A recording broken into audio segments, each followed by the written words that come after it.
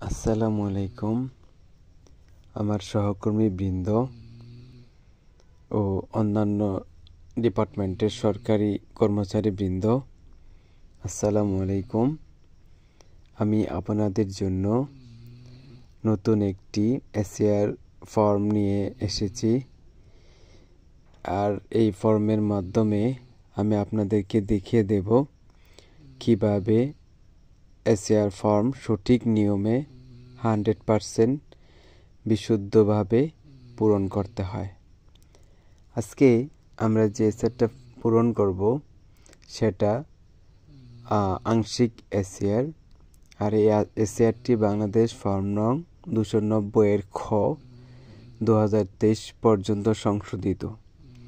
আর এটি যাদের জন্য কার্যকর হবে, গোপন অনুবেদন ফর্ম 13তম গ্রেড থেকে 16তম গ্রেড পর্যন্ত যেসব কর্মচারী বেতন পাচ্ছেন তাদের জন্য। তো আজ আর বেশি কথা নয়, আমি চলে যাচ্ছি মূল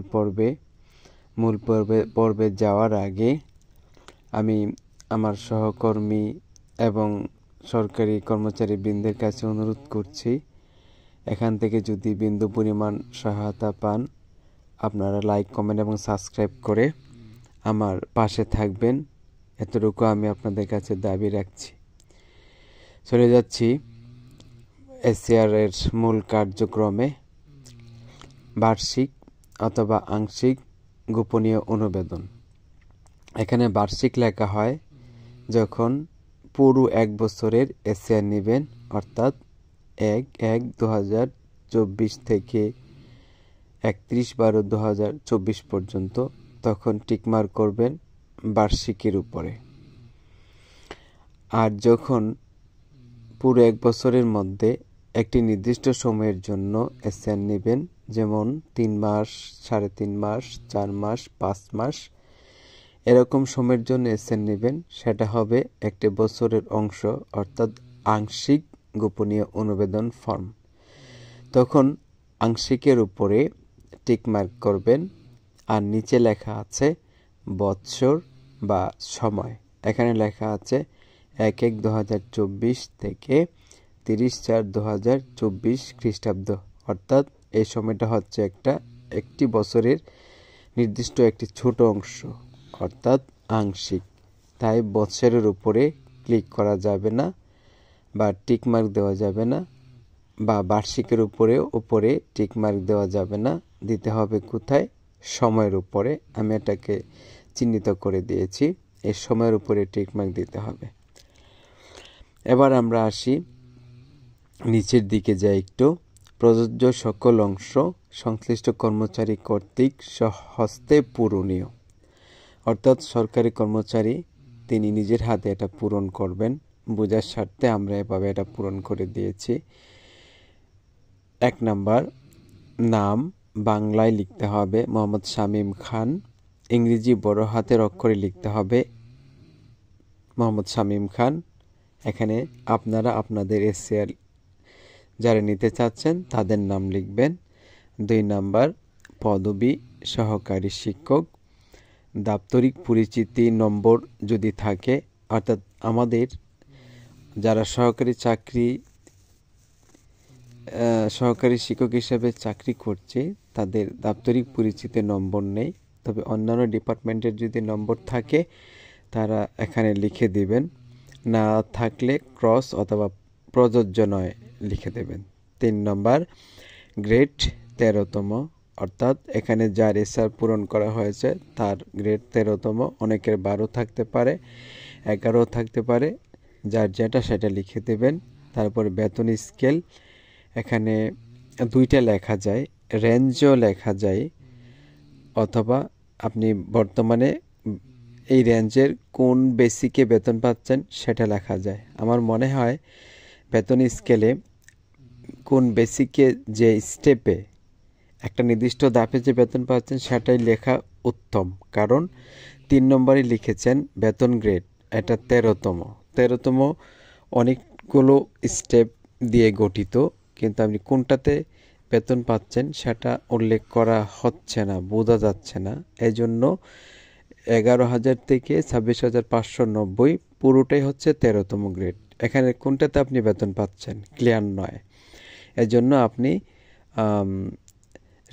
নির্দিষ্ট করে যে দাপটাতে বেতন পাচ্ছেন সেটা উল্লেখ করে দিলে ভালো, যেমন 11,000, 11,300, এরকম 17,100, ঠিক আছে, এরকমভাবে উল্লেখ করে দেবেন। 4 নম্বর কর্মস্থল কান্দাপাড়া সরকারি প্রাথমিক বিদ্যালয়। এখানে কর্মস্থল লেখা হয়েছে কান্দাপাড়া সরকারি প্রাথমিক বিদ্যালয়। এখান থেকে কি বোঝা যায় আমার সহকর্মীবৃন্দ, ভাই ও বোনেরা? বোঝা যাচ্ছে যে স্কুলের নাম লেখা হয়েছে বা অফিসের নাম লেখা হয়েছে সেটা হচ্ছে মাঠ পর্যায়ের। আমরা যারা চাকরি করি আমরা সকলেই মাঠ পর্যায়ের চাকরি করি। এজন্য আমরা যেখানে চাকরি করি, যেটা আমাদের অফিস, সেটার ঠিকানায় এখানে লিখতে হবে। তাই মাঠ পর্যায়ের অফিসের নামে লিখলাম, ঠিক আছে, কান্দাপাড়া সরকারি প্রাথমিক বিদ্যালয়। যার যেটা সেটা লিখে দেবেন। 5 নম্বর জাতীয় পরিচয় পত্রের নম্বর, যার যেটা সেটা লিখে দেবেন। কারো 10 ডিজিটের এনআইডি নম্বর থাকে, আবার কারো 17 ডিজিটের এনআইডি নম্বর থাকে। যত ডিজিটের হোক সেটা এখানে এনআইডি কার্ডটা দেখে সুন্দর করে ফিল আপ করে দেবেন। এইগুলো আমাদের প্রথম পৃষ্ঠা অর্থাৎ কভার পৃষ্ঠা। এখন আমরা আসলাম দ্বিতীয় পৃষ্ঠায়, অর্থাৎ উপরেই লেখা আছে গোপনীয় প্রথম অংশ। অনুবেদনাধীন কর্তৃক পূরণপূর্বক জানুয়ারি মাসের মধ্যে দাখিল আবশ্যক। কভার পৃষ্ঠার যেটা সেটাও পূরণ করবেন অনুবেদনাধীন ব্যক্তি। এই যে অংশটা অর্থাৎ দ্বিতীয় পৃষ্ঠাটা প্রথম অংশ, এটাও পূরণ করবেন অনুবেদনাধীন ব্যক্তি। অনুবেদনাধীন ব্যক্তি তো আমরা বুঝি, তাই না? অনুবেদনাধীন ব্যক্তি হচ্ছে সরকারি কর্মচারী, যিনি এসেটটা নেবেন তিনি। তার কাজ হচ্ছে জানুয়ারি মাসের মধ্যে এটা সাবমিট করে দেবেন, ঠিক আছে। উনি ফিল আপ করে ওনার অনুবেদনকারীর কাছে পৌঁছে দেবেন, ঠিক আছে। অনুবেদনকারী পৌঁছে দেবে প্রতি স্বাক্ষরকারীর কাছে। তবে অনুবেদনাধীন ব্যক্তি পৌঁছে দেবেন কার কাছে? অনুবেদনকারীর কাছে। তারপরে অনুবেদনে বিবেচ্য সময়ে কর্মরত মন্ত্রণালয়, বিভাগ, অধিদপ্তর, পরিদপ্তর, দপ্তরের নাম। আমরা আগেই বলেছি আমরা যারা কাজ করি বা চাকরি করি তারা মাঠ পর্যায়ে চাকরি করি, এজন্য আমাদের কর্মস্থল মাঠ পর্যায়ের হবে। এজন্য এখানে মাঠ পর্যায়েরই একটা কর্মস্থল দেওয়া হয়েছে, কান্দাপাড়া সরকারি প্রাথমিক বিদ্যালয়। বন্ধুরা, এটা কিন্তু কাল্পনিক, আপনারা কিন্তু আপনাদের কর্মস্থলের নাম লিখবেন। তারপরে সময়টা দেখুন 1/1/2024 থেকে 30/4/2024 খ্রিস্টাব্দ তারিখ পর্যন্ত সময়ের গোপনীয় অনুবেদন। 1 নম্বর নাম মোহাম্মদ শামীম খান, পদবী সহকারী শিক্ষক। 2 নম্বর মাতার নাম শাহানারা বেগম, যার মাতার নাম যেটা সেটা লিখে দেবেন। 3 নম্বর পিতার নাম রকিবউদ্দিন খান, যার যার পিতার নাম লিখবেন। 4 নম্বর জন্ম তারিখ 15 অক্টোবর 1986। পিআরএল শুরুর তারিখ 15 অক্টোবর 2045। দেখুন দুইটা কিন্তু এক। আপনার জন্মদিন যত তারিখ আপনার পিআরএল শুরু হবে তত তারিখেই, অর্থাৎ এখানে লেখা আছে জন্ম তারিখ 15/10/1986, পিআরএল শুরু হবে 15/10/2045, অর্থাৎ 59 বছর। আপনার জন্ম তারিখের সাথে 59 বছর যোগ করলে যত হয় ততই হবে আপনার পিআরএল শুরুর তারিখ। অর্থাৎ জন্ম তারিখ 15 তারিখ, আপনার পিআরএল শুরু হবে 15 তারিখ। আপনি মাঠ পর্যায়ের অফিসে স্বাক্ষর করবেন 14 অক্টোবর 2045 সালে। আর একদিন পরেই অর্থাৎ আপনার জন্মদিনের দিনই আপনার পিআরএল শুরু হয়ে যাবে, মানে আপনি আর অফিসে যাচ্ছেন না। এটা অত্যন্ত ক্লিয়ার হয়ে নেবেন। আমি কিন্তু ক্লিয়ার নিউজটা আপনাদেরকে দিচ্ছি। এরপরে যদি কারো সন্দেহ থাকে আপনাদের আশেপাশের স্কুলে যারা পিআরএলে গিয়েছেন তাদের কাছ থেকে তথ্যটা জেনে নেবেন, তাদের জন্ম তারিখ কত তারিখে তারা পিআরএলে গিয়েছেন আর কত দিন বা কত তারিখে তাদের অফিসিয়াল স্বাক্ষর করেছিল খাতায়, সেটাও জেনে নেবেন। 5 নম্বর বৈবাহিক অবস্থা বিবাহিত, যদি অবিবাহিত হন তাহলে অবিবাহিত লিখবেন। বর্তমান সন্তান সংখ্যা 2, অবিবাহিতদের ক্ষেত্রে হবে প্রযোজ্য নয়। 6 নাম্বার ইমেল, একটা ইমেল এখানে দিবেন, অ্যাক্টিভ ইমেল। মোবাইল নম্বর যার যারটা দেবেন। 7 নাম্বার সরকারি চাকরিতে যোগদানের তারিখ 30/9/2013 খ্রিস্টাব্দ। 8 শিক্ষাগত যোগ্যতা সর্বশেষ অর্জিত, আপনি সর্বশেষ যে যোগ্যতাটা অর্জন করেছেন সেটাই উল্লেখ করবেন, ঠিক আছে। তারপরে 9 নাম্বার অনুবেদনকারীর নাম মোহাম্মদ রজব আলী, পদবী প্রধান শিক্ষক। অনুবেদনকারী হচ্ছে আপনি যার কাছ থেকে এসেটটা নিচ্ছেন, আপনার একদম নিকটতম বস যিনি, উনি হচ্ছেন আপনার অনুবেদনকারী। উনি আপনাকে মূল্যায়ন করবেন 100 নম্বরের মধ্যে। পরবর্তী পৃষ্ঠে আমরা সেটা দেখব। যেহেতু আপনি সহকারী শিক্ষক বা মোহাম্মদ শামীম এখানে সহকারী শিক্ষক, এজন্য শামীম খানের অনুবেদনকারী হচ্ছেন প্রধান শিক্ষক, তার নাম হচ্ছে মোহাম্মদ রজব আলী। আইডি নম্বর যদি থাকে লিখবেন, না থাকলে দরকার নাই। অন্যান্য ডিপার্টমেন্টের কর্মচারী ভাইদের যদি থাকে তাহলে লিখে দেবেন, অথবা ক্রস দিয়ে দেবেন, অথবা প্রযোজ্য নয় লিখে দেবেন। 10 নম্বর অনুবেদনকারীর অধীনে চাকরির একটানা কর্মকাল 1/1/2024 থেকে 30/4/2024 খ্রিস্টাব্দ। এখানে একটা বিষয় উল্লেখ আছে যে আপনি কোনো কারণে ওই কর্মস্থল থেকে কান্দাপাড়া সরকারি প্রাথমিক বিদ্যালয়ে 1/1/2024 তারিখ থেকে 30/4/2024 তারিখ পর্যন্ত কর্মরত ছিলেন। ঠিক একদিন পরেই আপনি কান্দাপাড়া সরকারি প্রাথমিক বিদ্যালয়ে আর ছিলেন না, অন্যত্র বদলি হয়েছিলেন, অথবা চাকরি ছিল না, এরকম একটা কিছু। আপনি ইচ্ছা করলে দ্বিতীয় বিষয় যেটা, সেটা হচ্ছে এই 30 তারিখের পর, 30 এপ্রিলের পর আপনি এসআরটা নিতে পারবেন, সমস্যা নেই। তখন 30 তারিখের পরে আপনাকে এসআরের জন্য আবেদন করতে হবে, তারিখ দিতে হবে। আর যদি আপনি মনে করেন যে এখন আমার প্রয়োজন নেই, আমি ডিসেম্বরের পরেই নেব, তাহলে ডিসেম্বরের পরেই নেওয়া যাবে, ঠিক আছে। তখন আপনি 24 সালে কর্মরত ছিলেন কান্দাপাড়া সরকারি প্রাথমিক বিদ্যালয়ে, আর ডিসেম্বরে নিলে 25 সালে নিতে হবে, ঠিক আছে। ঠিক জানুয়ারি মাসের যে কোনো একটা তারিখের মধ্যে, ঠিক আছে।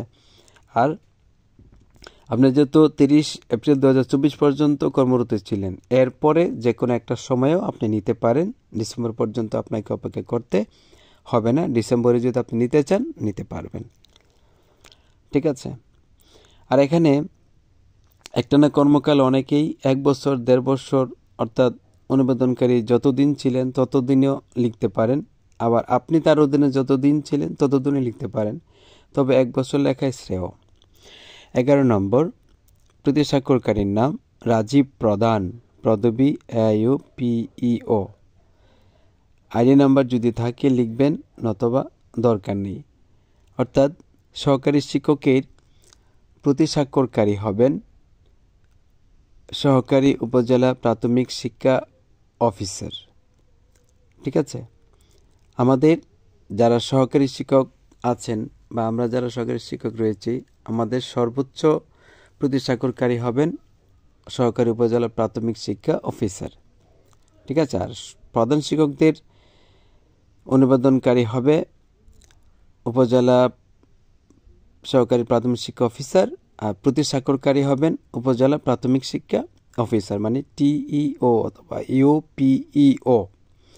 যদি আইডি নম্বর থাকে লিখবে, নতুবা দরকার নেই, লেখার দরকার নেই। 12 নম্বর প্রতিবেদনকারীর অধীনে কর্মকাল 1/1/2024 থেকে 30/4/2024 পর্যন্ত দেখানো হয়েছে।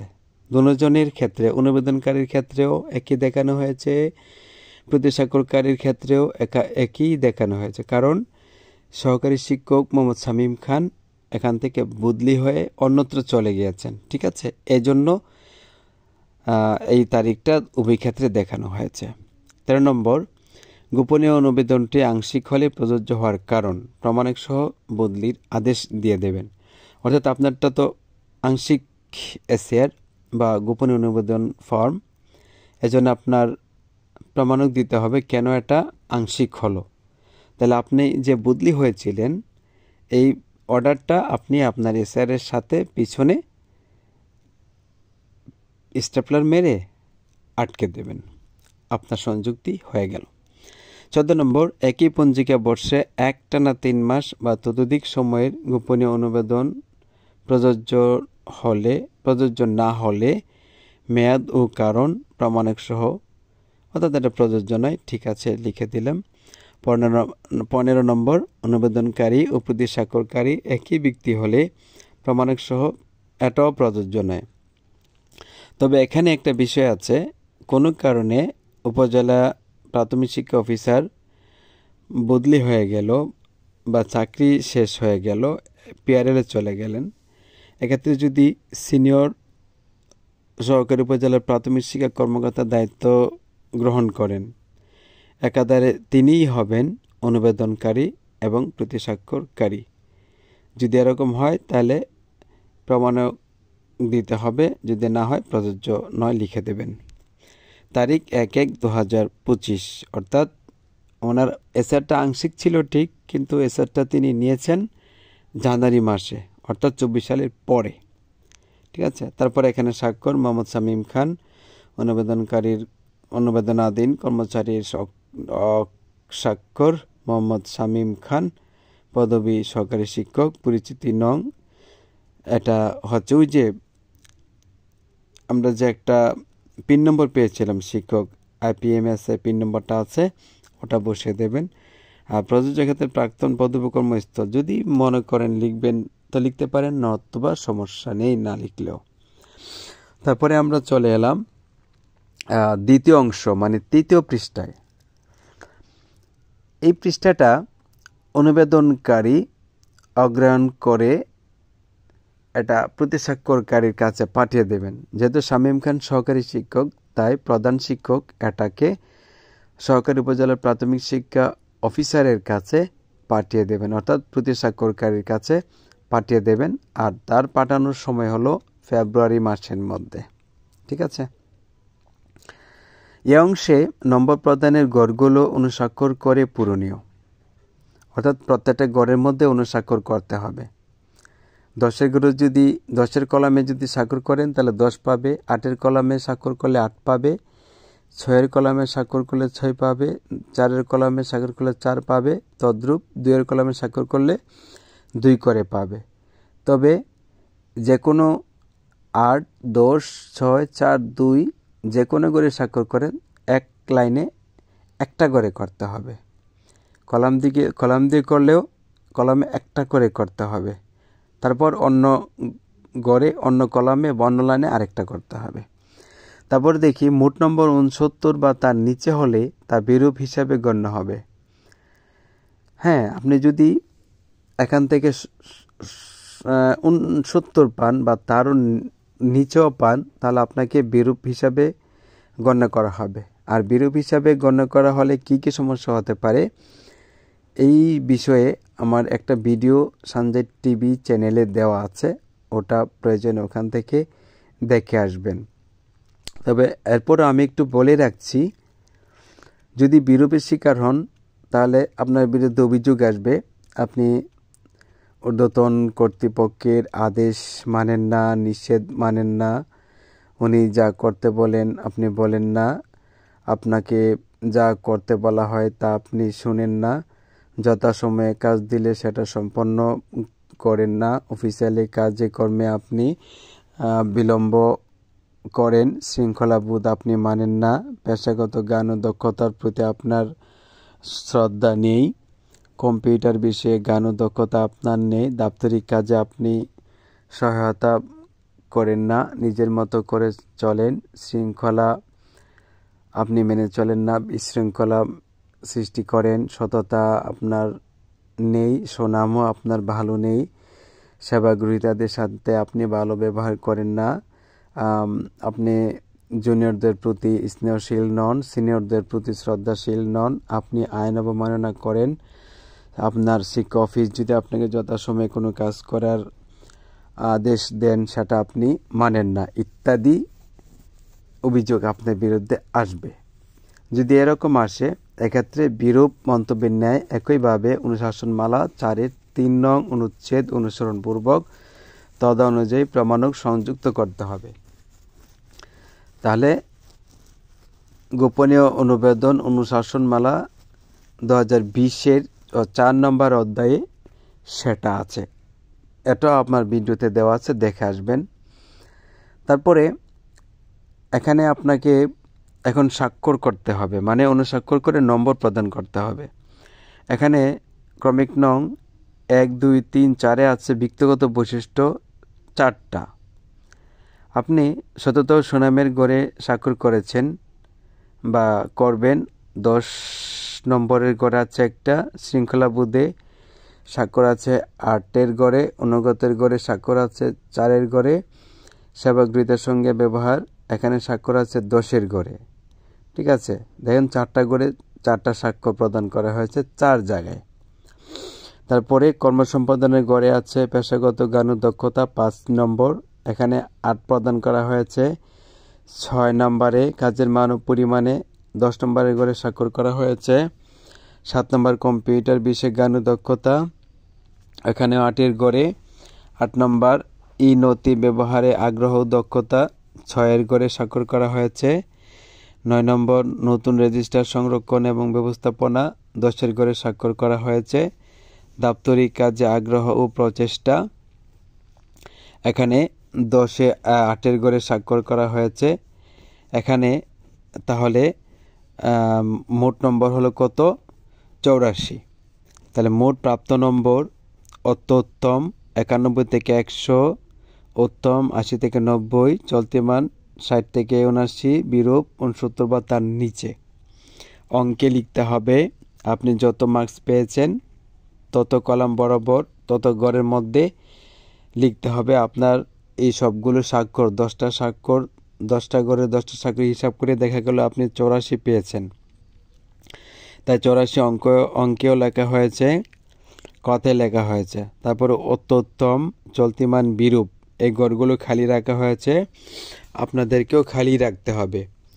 কারণটা আমি এখানে বলে দেব।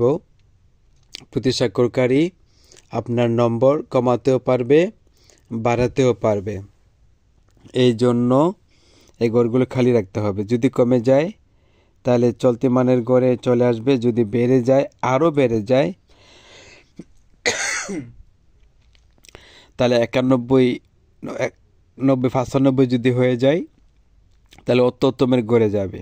যদি 80 থেকে 90 গড়ি থাকে, 84-র চেয়ে আরও বেশি পান তাহলে এই গড়ি থাকবে। এই জন্য নম্বর পরিবর্তন হলে গড়ের পরিবর্তন হতে পারে, অথবা নম্বর কমলেও এই রেঞ্জের ভিতরে থাকলে গড়ের ভিতরেই লিখতে হবে, এই জন্য বাকিগুলি খালি রাখতে হবে। তবে অনুবেদনকারীর কাজ হবে যত পেয়েছেন তত মার্ক সংখ্যা লিখে দিবেন, কথায় নিচের ঘরে লিখে দেবেন। সার্বিক মন্তব্য আবশ্যিক, এখানে একটা সার্বিক মন্তব্য অনুবেদনকারীর জন্য লিখে দিতে হবে। এরকম হতে পারে, মোহাম্মদ শামীম খানের ব্যক্তিগত বৈশিষ্ট্য, কর্ম সম্পাদন দক্ষতা উত্তম। তারপরে উপরের প্রদত্ত মন্তব্য কোন ধরনের প্রযোজ্যটিতে অনুস্বাক্ষর করুন। সাধারণ মন্তব্য এখানে খালি রাখা হয়েছে, অর্থাৎ 60 থেকে 69 এটার ভিতরে। তারপরে প্রশংসাসূচক রজব এখানে স্বাক্ষর করা হয়েছে, অর্থাৎ 91 থেকে 100 পর্যন্ত, 91 থেকে 100 অথবা 80 থেকে 90 এই গড়ের মধ্যে যদি থাকে তাহলে প্রশংসাসূচকের মধ্যে পড়বে। বিরূপ 69 বা তার নিচে হলে বিরূপের গড়ে স্বাক্ষর প্রদান করতে হবে। যেহেতু উনি পেয়েছেন 84, তাই রজবের গড়ে স্বাক্ষর হবে, অর্থাৎ প্রশংসাসূচক, বাকি 2টা গড় খালি থাকবে। আর যদি বিরূপের ঘরে আসে কি করতে হবে? বিশেষ দ্রষ্টব্য নিচে দেখুন, ছকের নিচে বিরূপ মন্তব্য বা নম্বরের ক্ষেত্রে অনুশাসনমালা 4-এর 3 অনুচ্ছেদ অনুসরণপূর্বক তদ অনুযায়ী দালিলিক প্রমাণক সংযুক্ত করতে হবে। তারিখ 6-1-2025 খ্রিস্টাব্দ। প্রথম তারিখটা ছিল দ্বিতীয় পৃষ্ঠায় 1 তারিখ, তারপরে তারিখটা দেওয়া হয়েছে 6 তারিখ। ঠিক আছে, তো অনুবেদনকারী যে স্বাক্ষরটা দিয়েছেন সেটা পরে, ঠিক আছে, প্রতি স্বাক্ষরকারী দেবেন আরও পরে।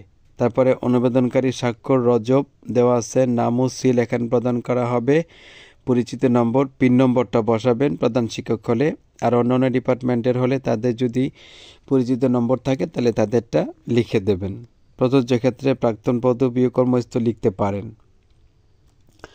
তারপরে এখানে কিন্তু দেখেন মনে রাখতে হবে অনুবেদনকারী তাকে দিয়েছিল 84, এটা মনে রাখবেন।